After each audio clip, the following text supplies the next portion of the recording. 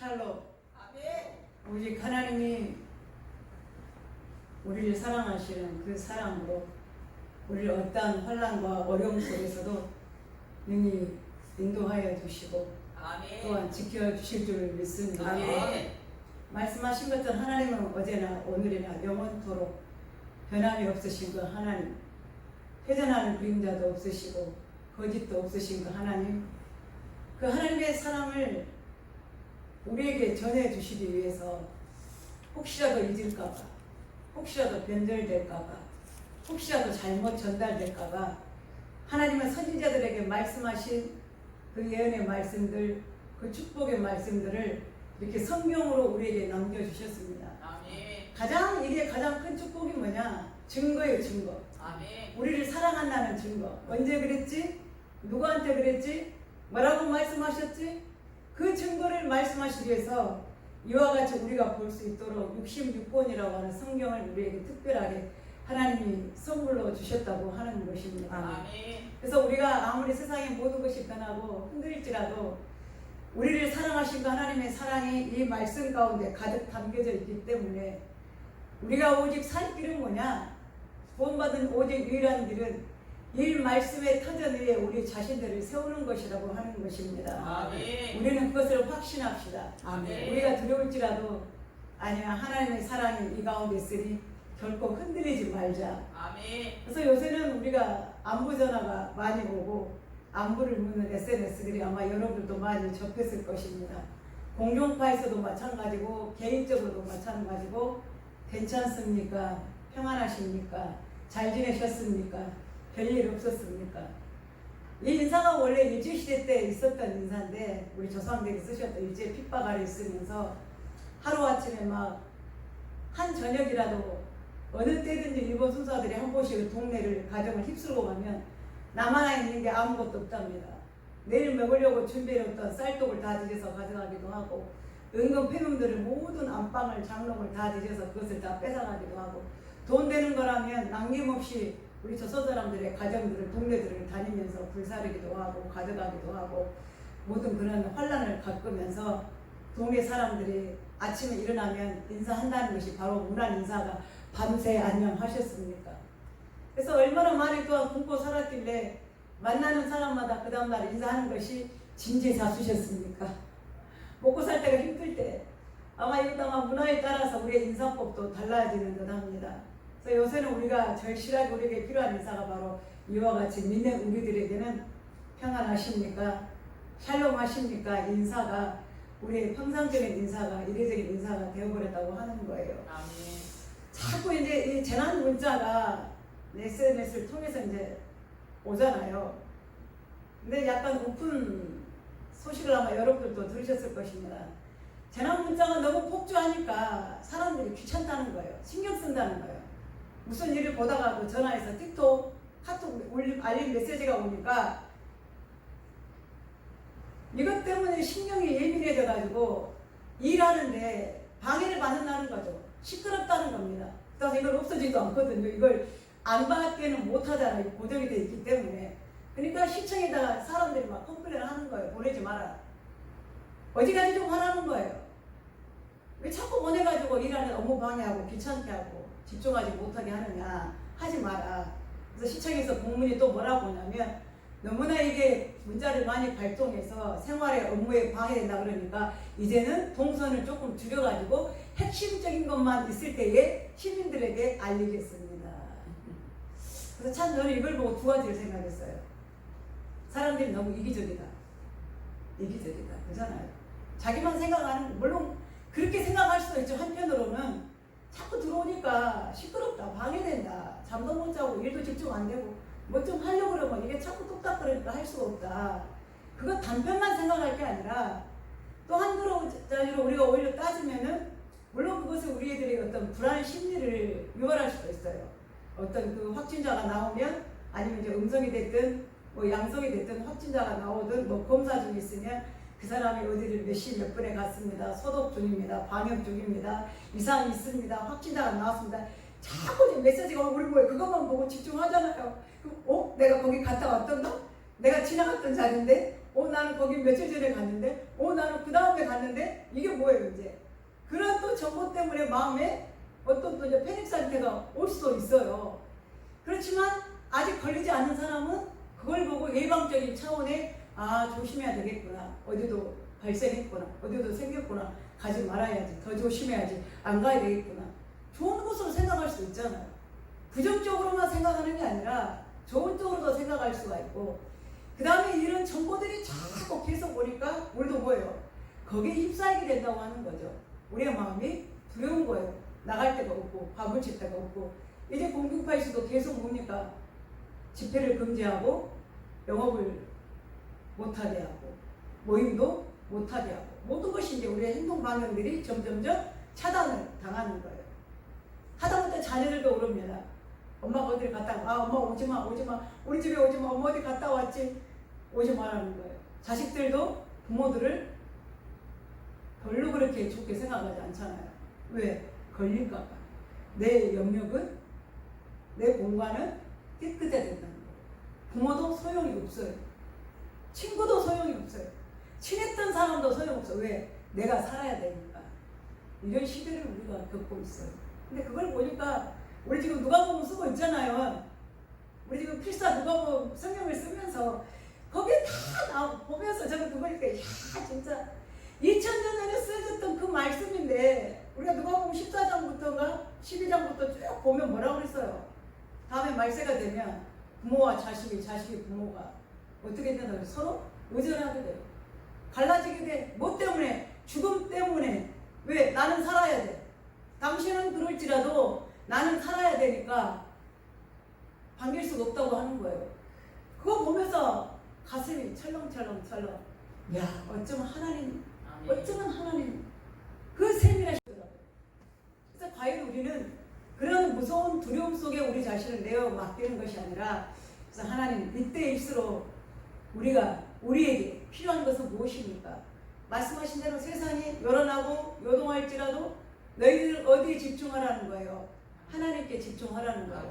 그 하나님이 어떤 하나님이냐? 오늘 우리에게 나타내 주신 시편 46편 1절부터 3절까지 보면, 하나님은 우리의 피난처시요 힘이시니 환난 중에 만날 큰 도움이시라.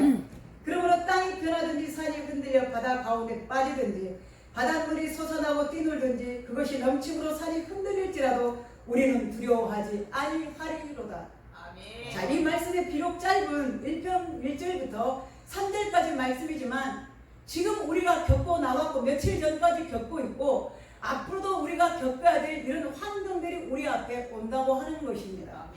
오늘 주님이 이 말씀은 거기 위에 보니까 고라 자손의 시 인도자를 따라 아람옷에 맞춘 노래 그랬습니다.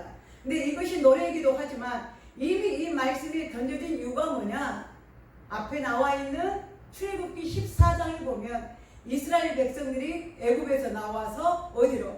그들의 눈앞에 홍해 바다가 앞에 놓쳐졌을 때에 그들이 두렵고 놀라고 떨린 상태에 있을 때에 모세가 이 백성들을 향해서 던진 메시지가 바로 이 메시지인 것입니다. 요즘 우리가 연인들도 그러고 우리 젊은 애들도 우리가 쓰는 말이 하나 단어가 있으면 여러분도 많이 들어보셨을 거예요. 뭐라고 하면 누가 어떤 일을 하면 그 말 뒤에 그 행동 뒤에 뭐라고 하는 어떤 수식어가 따르자면 다 계획이 있었구나.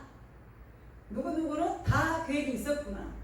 뭐뭐 하는데 다 계획이 있었구나. 계획이 있었다는 거예요. 일의 결과를 보니까 뭐예요? 이미 알았다는 거예요. 뜻이 있었다고 하는 거예요.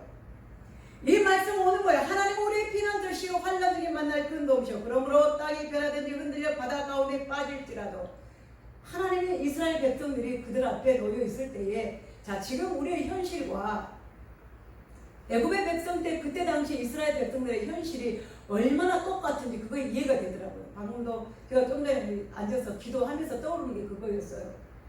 하나님이 이스라엘 백성들을 애굽에서 데려나오시기 전에 모세를 통해서, 그 다음에 애굽의 왕 바로를 통해서 사인을 보내주셔요. 사인을. 어떤 사인을 줍니까? 그냥 안 되물어줘요. 왜? 바로의 마음이 얼마나 강박한지, 야, 내 백성들을 하나님이 내어보내라 그러는데 내가 왔으니까 우리 하나님이 끌어내려 나가야 된대. 그래서 하나님이 지정하신 곳에 가서, 산에 가서 우리 백성들을 모아서 가서 예배드려야 되니까, 이제 그동안 우리가 이 애굽에서 몇 년 동안 우리 거의 몇 년 동안 너희들이 종살이를 하지 않았느냐, 400년 동안 하지 않았느냐. 그러니까 때가 됐으니까 우리를 끌어내주라. 우리 나가겠다. 탈출하겠다는 거야. 우리에게 자유를 주라. 그냥 주겠습니까? 얼마나 예령난에 손해를 보고 있는데. 그들은 크나큰 이스라엘에 사는 그 일을 노동력이 필요한데 이 많은 이스라엘의 지혜롭고 일 잘하는 이 이스라엘의 노동력이 다 히브리 노예로 삼았는데 그들이 다 떠나가면 경제적인 인력난이 얼마나 크겠습니까? 안 된다는 거예요. 왜? 바로의 마음이 강팍해졌기 때문에 그냥 보낼 수가 없다고 하는 것입니다. 하나님은 아셨어요. 왜? 사람의 마음을 아시기 때문에 네가 당장 내 백성을 내놓으라고 애굽의 바로 왕의 앞에 가서 선포를 할지라도 바로는 마음이 강팍한지라 그냥 주지를 않을 거라고 하는 것입니다. 하나님이 이스라엘의 그 백성들을 끌어내기 위해서 애굽에다가 재앙을 몇 가지를 보냈습니까? 우리가 아는 대로 10가지의 재앙을 애굽의 전 지역에다가 어느 한 곳이 아니라 전 지역에다가 그 재앙, 메뚜기 재앙, 피해 재앙, 이해 재앙, 독종의 재앙, 흑암의 재앙 그 10가지 모든 메뚜기 깜빡이의 모든 재앙을 10가지를 애굽의 전 지역에다가 갖다가 하나님이 쏟아붓는 거예요.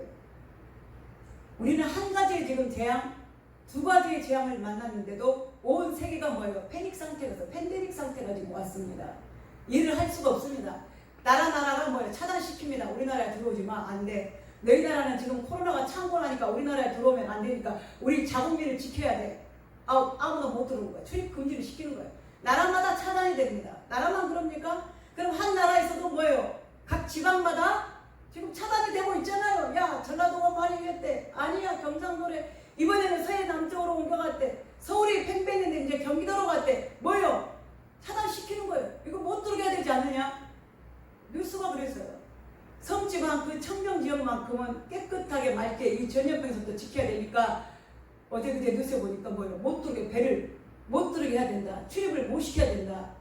이런 상황이 와버렸어요. 그러면 지역만 그럴까요? 지역만? 그러면 순천에서 동이 폐쇄되고 동만 폐쇄됩니까? 상권이 다 폐쇄되고 가정들도 뭐예요? 야, 우리 집에 오지마. 야, 너희 집에 갈 일이 있어. 좀 만나자. 야, 오지마. 다음에 끝나고 만나자. 모든 것들이 다 차단돼요. 우리는 이 한 가지의 재앙만 가지고도 온 세계가 난리를 치고 그 다음에 수해가 나가지고도 지금 우리가 알다시피 전라도인들 경상도에도 지금 피해가 막심한 피해를 공포의 사람들이 모두 다 피폐한 상태에 있는 거예요. 근데 애국 백성들은 몇 가지입니다. 10가지 재앙을 만났는데 그들의 상태가 어떻게 됐겠습니까? 10가지 재앙. 나만 아는 게 있었겠습니까? 온전했겠습니까? 건강했겠습니까? 장자들을 다 잃어버린 아이들이 쌩쌩했던 아이들이 4살, 13살 이하의 아이들이 다 죽어간 거예요. 하수에 물을 어제까지도 거기서 물을 먹고 마시며 생수로 먹고 마시며 목마름을 죽이고 생활수로 썼던 그 물이 그 모든 하수들이 뭘로 변해버려요? 피로 변하고 마는 거예요. 애쓰고 지었던 농사들이 갑자기 하나님의 메뚜기 재앙을 보내니까 초토화가 돼버린 거예요. 맑은 하늘에서 벼락이 내리니까 독종들이 쏟아져 내리고 그 독종이 뭡니까? 쥐를 말하는 쥐, 패스트균, 쥐. 그 쥐에 생겨나는 그 균들이 온 백성들이 퍼지니까 온몸에 피부병이 독종이 퍼졌으니 어떻게 했겠습니까? 그러한 공포 가운데도 하나님이 그들을 내몰아 치는 이유는 뭐였어요? 사랑입니다. 아멘. 누구를 향한 사랑? 하나님의 선택된 백성 이스라엘. 그걸 믿는 거예요, 우리는. 아멘. 그들에게는 공포와 심판이었어도 하나님을 믿는 자녀들에게는 하나님이 뭐 때문에? 본 때문에, 세이브. 내가 너희들을 끄집어낼게. 너희들을 건져야 돼. 하나님이 다 계획이 있다고 하는 것입니다. 아멘. 그 계획을 가지고 하나님이 그들을 어디서 내 조상 몇 수년 때부터 400년 전부터 그들이 그 노예로 살던 그곳에서 하나님이 끌어내 주셨는데 이스라엘 백성들은 이제 불과 며칠 이제 사흘길 와서 앞에 홍해가 바다가 나타나니까 14장에 보면 이스라엘 백성들이 뭐라고 모세를 원망합니까? 야, 그러니까 우리가 뭐라고 그랬어? 애굽에서 그냥 우리가 살다 죽게 내비두라고 하지 않았느냐? 누가 우리를 끌어내라고 너희에게 누가 부탁한 적이 있냐는 거예요. 왜 우리를 끌어내냐는 거예요. 차라리 우리가 다시 돌아가야 되겠다. 거기서 차라리 종살이 하는 게 낫겠다. 우리가 이 바닷물 앞에서 우리가 죽여야 되느니 차라리 돌아가는 것이 낫지 않겠느냐? 너희가 결국 우리를 이 가운데 바닷 가운데 우리를 빠져 죽이고 우리를 끄집어 내냐는 거예요. 그게 사람의 인간의 강팍한 본성입니다. 그 사랑을 잊어버려요. 그 10가지의 어마무시한 그 재앙을 자기들의 눈으로 봐놓고도 그들이 마지막 날 나올 때에 6월절 행사를 행함으로 자기들의 집에 어린 양의 문설주에다가 어린 양의 피를 발랐을 때에 그 장자의 모든 재앙이 이스라엘 백성들에게는 패스오버 넘어가는 거야. 6월절이에요. 너희들은 살리라. 왜? 이 문지방에 어린 양의 피를 발랐기 때문에 내가 너희들은 살리고 문지방에 어린 양의 피가 발라지지 않는 한 애굽의 모든 장자들은 다 죽이리라. 뭐 사인을 봤잖아요. 그 현장을 보고 왔잖아요. 근데 뭐예요? 다시 돌아갈 거야. 하나님은 어디가 있어? 우리를 죽이려고 하느냐? 하나님의 그 어마무시한 계획을 이스라엘 백성들은 이 홍해바다라고 하는 이 바다 앞에서 그들은 다 잊어버리는 거예요. 그래서 어떻게 보면 그들이 시험을 당한 거죠. 그 강팍한 마음을 보게 된 거예요. 그래서 믿음을 언제 보느냐? 어려울 때 테스트를 해보는 거예요. 아멘. 힘들 때 테스트를 해보는 거예요. 아멘. 안 될 때 그 믿음을 시험해 보는 거예요. 많을 때 시험해 보는 것입니다. 어떤 사람인지, 이 사람이 어떤 사람인지, 이 사람의 성격이 어떤 성격인지, 이 사람의 본분이 뭔지, 이 사람의 기질이 어떤 기질인지 일을 당해보면 알 수가 있다고 하는 것입니다. 그때에 모세가 이스라엘 백성들에게 이와 같이 말을 하는 것입니다. 너희는 가만히 있어. 가만히 있어. 두려워하지 말고 오늘날 여호와께서 너희에게 행하실 큰 기적을 뭐예요? 너희가 보리라. 그러니 두려워하지 말고 떨지 말고 하나님이 우리에게 하실 일을 너희가 볼 테니 잠잠하라는 거예요. 시끄럽게 하지 말라는 거예요. 사람의 말 들으니 왜? 그때의 말이 나오면 뭐가 나옵니까? 좋은 말이 나옵니까? 모든 부정적인 악한 말들이 다 나오는 거예요. 인간의 본성들이 다 나오고, 야 그래 내가 그때 뭐라 그랬어? 내가 어쩐다고 그랬잖아. 안 간다고 그랬잖아. 안 먹는다고 그랬잖아. 못한다고 그랬잖아. 근데 왜? 그러니까 모세는 뭐예요? 잠잠하라. 아멘. 누가 일하게? 하나님. 누가 일하게? 하나님. 하나님이라. 아멘. 근데 우리 힘들면 어려우면 뭐예요? 이 사람 저 사람 이 사람 저 사람 여기서 둘쑥 저기서 둘쑥 모든 본성들이 악한 본성들이 다 나오는 거예요. 사랑이고 뭐고 없는 거예요. 다 뒤집어 없는 거예요. 형제도 없는 거예요. 부모도 없는 거예요. 목사도 없는 거예요. 양떼도 없는 거예요. 성도도 없는 거예요. 그 본성 가운데 인간의 아우성만이 있을 뿐이기 때문에 모세가 뭐라 잠잠하라. 쉬 가만히 있어. 두려워하지 말고 누가 여호와께서 오늘날 우리를 위하여 큰 일을 행하실 것이라는 것입니다. 아멘. 우리 그 일을 보는 거예요. 아멘. 지금 때가 어느 때입니까? 자 여기 보면 자 1절이 정답입니다. 자 읽어봅시다. 시작. 하나님은 우리의 피난처시요 힘이시니 환난 중에 만날 큰 도움이시라. 아멘. 이게 파이널이에요. 마지막입니다. 이게 엔딩이에요. 뭐가? 어떤 환난과 어떤 어려움이 있을지라도 뭐예요? 우리가 힘든 일, 힘든 상황, 고난을 당할지라도 질병으로 당하든 경제적으로 당하든 물질적으로 당하든 환경적으로 아니면 심리적으로 우리가 피폐임을 당할지라도 하나님은 우리의 피난처시요 우리의 환난 중에 만날 큰 도움이시라. 한마디로 말해 우리가 뭐가 된다는 것입니다. 하나님이 우리 뭐예요? 불로 변할 수도 있고 옥토가 될 수도 있고 그렇잖아요. 피폐한 땅이 될 수도 있고 아니면 산이 흔들려 뭐예요? 누가 진동하는 그런 지진이 화산이 폭발하는 그런 사건이 날 때일지라도 자 그 다음에 3절에 봅시다. 바닷물이 솟아나고 뛰놀든지 그것이 넘침으로 산이 흔들지라도 우리는 두려워하지 아니하리로다. 이 상황은 어떤 상황입니까? 우리가 얼마 전에 부산 CN 호텔 해운대 바다에 해일이 일어날 때 아니면 일본에 몇 년 전에 쓰나미 일어날 때 인도양 같은데 미국 같은데 허리케인이 일어나고 쓰나미가 나타나고 이런 광풍이 몰아칠 때 어떻게 합니까? 바닷물이 뒤집어지는 거예요. 어디로 넘어와요? 바다가 육지로 넘어오는 광경을 우리가 보는 거예요. 그래서 바닷물이 솟아나고 뛰어놀든지 그것이 넘침으로 산이 흔들지라도 우리는 뭐예요? 두려워하지 아니하리로다. 그러니까 어떤 재난과 어떤 환난과 이런 어려움이 올지라도 이런 요새가 되시고 영원한 안식처가 되어 주시는 누가? 하나님이 계시다고 하는 것입니다. 이때가 되니까 우리가 어떤 공중파의 뉴스를 듣거나 어떤 다른 소식을 들을 때마다 마음이 피폐해지는 거예요. 사람들이 다 자기 목소리를 냅니다. 정당에서는 정당대로, 정치인들은 정치인대로, 또 이런 상황에, 악한 상황에 누구 때문이냐?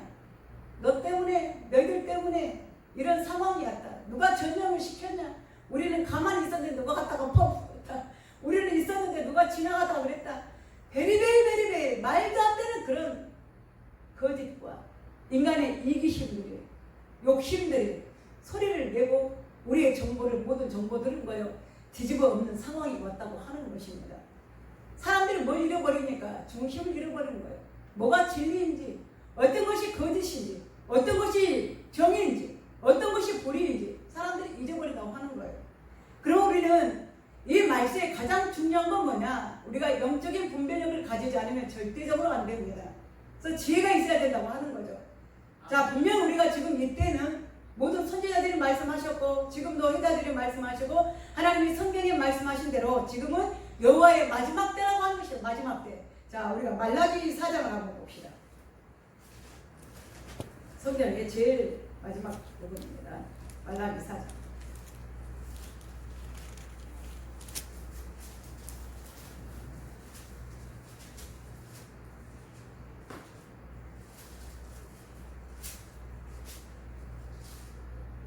말라기 4장 1절을 한번 읽어봅시다.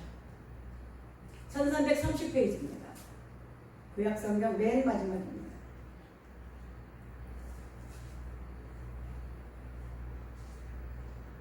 말라기 4장 1절입니다.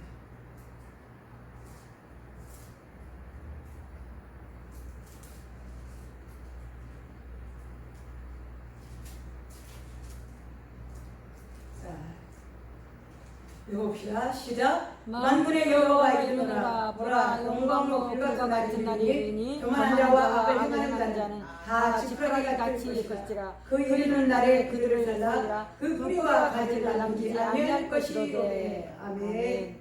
자, 지금 어느 때라고 말합니까? 하나님이 여호와가 보라, 영광로 같은 불같은 날이 이를 때라고 하는 거예요. 그래서 지금이 어느 때냐? 하나님의 심판 때라고 하는 것입니다. 그 절정은 이제 마지막 때 이루어지겠지만 지금은 그 과정에 우리가 정점에 지금 이뤄서 그 과정을 우리가 지금 지나가고 있다고 하는 거예요. 아멘. 어떤 심판이라고 말씀하십니까? 불같은 심판이 너에게 임하리라.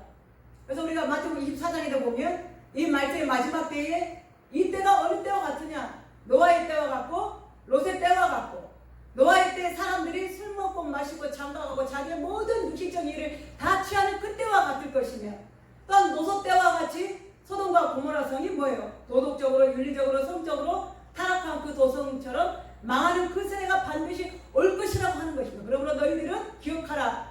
롯의 처를 기억하라. 롯의 처, 롯의 아내 어떻게 됐습니까? 하나님은 분명히 뭐예요? 그때도 심판의 경고를 하신 거예요. 그냥 하시지 않습니다. 분명히 선지자를 보내거나 말씀의 예언자들을 보내서 그 날을 예비하라고 분명히 하나님은 그들에게 경고의 메시지를 보내시는 거예요. 어떤 시그니처를 하나님이 보내주시는 거예요. 어떤 시그널을 주시는 거예요. 메시지를. 자, 내가 너희들에게 사인을 주마. 언제 어느 때에 어떤 날들이 이룰 것이라는 것을 우리에게 분명히 말씀해 주셨다고 하는 거예요. 그런 말씀을 들은 사람이 있는가 하면 뭐예요? 에이, 무슨 그런 때가 올까? 그래서 노아의 때 사람들이 어떻게 했어요? 노아가, 야, 우리의 심판의 때가 앞으로 120년이래. 그 전에 우리가 110년의 때가 이르기까지 우리는 뭘 해야 돼? 하나님은 우리에게 배를 만들려고 그러네? 우리 이 배를 만들지 않으면 안 돼. 우리가 마음을 합해서 이 배를 한번 만들어 볼까? 분명히 그때가 올 것이란 말이야. 사람들은 뭐라고 그래요? 야, 미쳤구나. 언제 어느 날에 이렇게 날이 좋은데 무슨 배를 만든다고 심판의 때가 있다고 하느냐. 사람들이 그 비가 쏟아지는 그 날에도 사람들은 뭐예요? 비웃었다 그래서 비웃었다. 만의 동요를 일으키지 않았다고 하는 것입니다. 노세 때는 어떻게 됐습니까? 하나님의 천사들을 보내서 그 사람들이 죄악 세상에, 관영한 이 세상에 내가 다 쓸어버려야 되겠다. 천사를 보냈잖아요. 구원하기 위해서. 너희들이 성에서 다 나오라. 안 하는 거예요. 오히려 그 천사들을 달라고 그래가지고 오히려 그들에게 부정적인 행위를 저지른 너 소돔과 고모라 성의 강팍한 10년들을 우리가 보고 있다고 하는 것입니다. 마지막 때 하나님이 이 말라기 선지자를 통해서 이 마지막 메시지를 주십니다. 마지막에 우리가 구약 성경의 마지막 선지자가 누구냐? 이 말라기라고 하는 선지자예요. 그 다음에 우리가 신약시대의 가장 첫 선지자는 누구냐? 세례 요한입니다. 그러면 이 말라기 구약의 마지막 선지자인 이 말라기 선지자와 신약시대의 첫 선지자인 세례 요한, 예수님의 길을 맞이했던 이 세례 요한과 말라기 선지자가 이 사역했던 이 가운데 기간을 우리가 뭐라고 말하냐? 신약과 구약의 언약의 가운데를 중간기, 다시 말하면 암흑기라고 이야기합니다. 이 공백이 거의 한 300년에서 400년 사이에 공백이 있었어요. 말라기 선지자가 사역했던 그때와 세례요한, 예수님이 오시고 세례요한이 사역했을 때의 그 세대의 공간이 한 400년 정도 빈 공간이 되는 거예요. 그때 이제 선지자가 없었던 거예요. 없잖아요. 말라기 끝, 그 다음에 세례요한이 말씀을 선포하잖아요. 그대로 이 말라기 선지자가 말을 하는 거예요. 여호와의 심판의 때, 불의 때가 분명히 올 것이다. 그날에는 뭐예요? 모든 악한 것들이 불태움을 당하고, 그러므로 너희들은 하나님의 선을 구하고 의를 구하고, 너희들에게는 구원의 날이 될 것이지만 그렇지 않고 예비되지 못한 자, 불의를 행하는 자들에게는 마치 마른 풀처럼 불살리는 이런 초기와 같이 태워지는 그 날이 무서운 불의 심판의 날이 너희에게 이를 것이다 라고 경고를 합니다. 근데 사람들이 고칩니까? 안 고칩니까? 듣지를 않습니다. 자, 신약시대에 와서 마태복음 3장에 보면 세례 요한이 외칩니다. 뭐라고 합니까? 회개하라. 이 독사의 자식들아, 만약에 너희가 회개하지 아니하면 이 나무의 토끼가 이미 뿌리에 놓였으니 그 심판을 어찌 멸하겠느냐. 너희가 겉으로 외형적으로만 하나님의 자손이다, 나 예수 믿어, 나 교회 다녀, 나 장모야, 목사야, 집사야, 그가 똑같은 거예요. 너희가 겉으로는, 너희가 속으로만 우리는 유대한 이스라엘 유대인의 하나님의 말씀을 받는, 우리는 하나님의 선택된 선민의 백성이라고 너희가 자랑하고 있지만 너희의 속은 뭐예요? 온갖 죄악과 부패와 탐욕으로 가득 찼다고 하는 거예요. 그러니까 회개하라. 가장 큰 메시지를 그걸 보는 거예요. 첫 메시지가 뭐냐? 회개하라. 깨달라는 거예요. 죄를 버리라는 것입니다. 끊으라는 것입니다. 왜? 하나님의 심판이 오기 때문에. 악한 자가 버림을 당하기 때문에. 악한 것이 뽑힘을 당할 것이기 때문에 너희가 회개하지 않으면 이 도끼가 나무 뿌리에 이미 찍혔다는 거예요. 찍혔다. 준비됐다는 거예요. 찍혔다. 그럼 어떻게 됩니까? 넘어가는 거예요. 그랬으니 너희도 회개하지 않으면, 그래서 속으로만 아브라함의 자손이라고, 이스라엘 백성이라고, 우리는 율법을 받는 선민이라고, 우리의 조상이 모세였다라고, 우리가 얼마나 큰 능력으로 지금까지 메시아 기다려도 그렇게 하지 말고 너희 중심으로 회개를 하라고 하는 것입니다. 고치라는 거예요. 자, 근데도 수많은 사람들 지금도 보십시오. 사람이 뭐가 정의인지, 뭐가 옳은 것인지, 뭐가 불의한 것인지 사람들이 분별력을 잃어버렸던 거예요. 깨닫지를 않은 것입니다. 진리를 왜곡하고 있습니다. 복음보다 사람의 소리를 더 듣게 됩니다. 이 하나님의 말씀의 심판보다 세상의 심판을 그들은 더 인간의 욕심에 이끌려서 이 진리를 완전히 걸레장으로 피폐하게 만들어버렸다고 하는 것입니다. 성경을 알 때 어떻게 합니까? 자기들의 유익한 것만 뽑아내는 거예요. 엑기스만 뽑아내는 거예요. 자기들의 교리에 맞는 것만, 사이비 교제에 맞는 것만, 자기에게 유익된 것만, 옳은 것만, 내 입맛에 맞는 것만 갖다 뽑아